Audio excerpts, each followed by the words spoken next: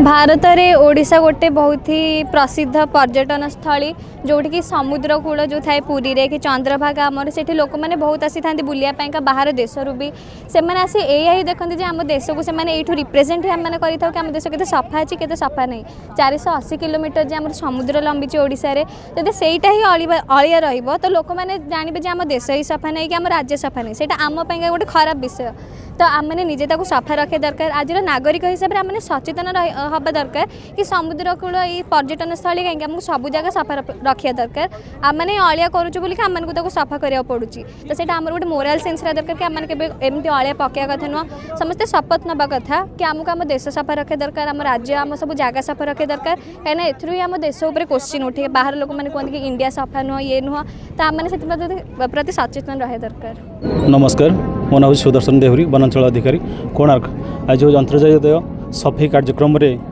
चंद्रभागा बीच रे आमर वन विभाग तरफ गोटे वर्कशॉप करा जायतिला इतरे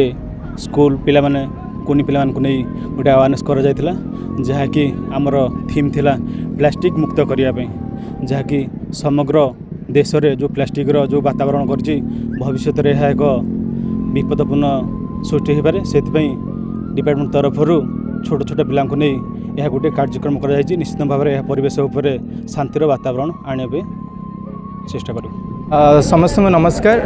मो स्मृति रंजन प्रधान राज्य प्रदूषण नियंत्रण बोर्डर सदस्य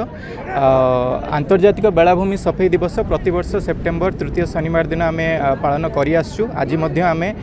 विभिन्न विद्यालय छात्र छात्री मानक नहीं स्वेच्छासेवी संगठन मानक नहीं आमर फॉरेस्ट डिपार्टमेंट सदस्य मानक नहीं आमर चंद्रभागा बीच रे सफाई कार्यक्रम करुछु अनुष्ठित करुछु। मुख्य उद्देश्य होछि आमर बेलाभूमि सुरक्षा रखिबा बेलाभूमि को सफा रखा बेलाभूमि सफा रही आम सामुद्रिक जीव मान सुरक्षा आम मानकर